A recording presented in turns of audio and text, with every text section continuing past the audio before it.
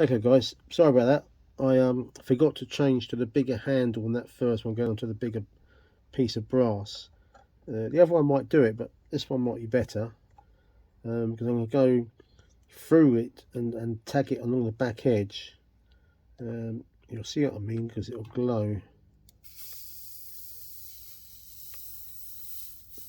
And you can hear the flux going off in between the two bits of brass. And this is hot.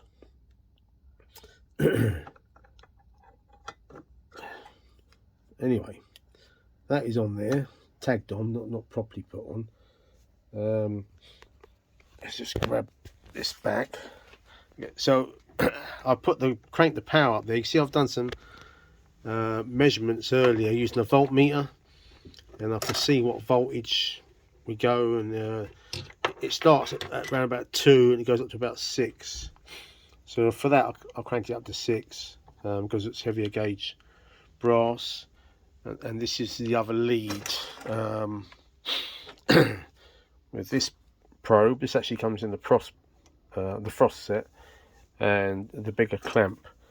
And then this one I used earlier. This is the homemade one, which is great for doing the detailed work. And as you saw me putting these few bits together, don't worry, this is only a test, because these are the bits out of the hood kits, not the actual special brass bits I bought afterwards. So it's just a test, but that is literally just tacked still, that is, and that is, you know, that's not going to come off. Well, hopefully that gave you some idea and showed you that it does work. Crank it down, undo the bit at the back, and now we're all off.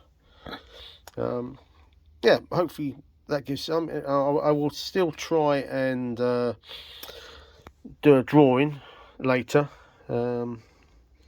which shows you what I've done to modify the frost setup.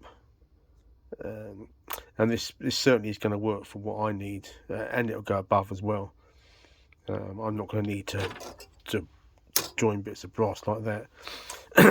Certainly not for the model hood, and certainly not for the gauge 1 kit, which is the other reason I've made this unit. Anyway, that's it. Sign off for now, and hope that was of interest. Cheers guys.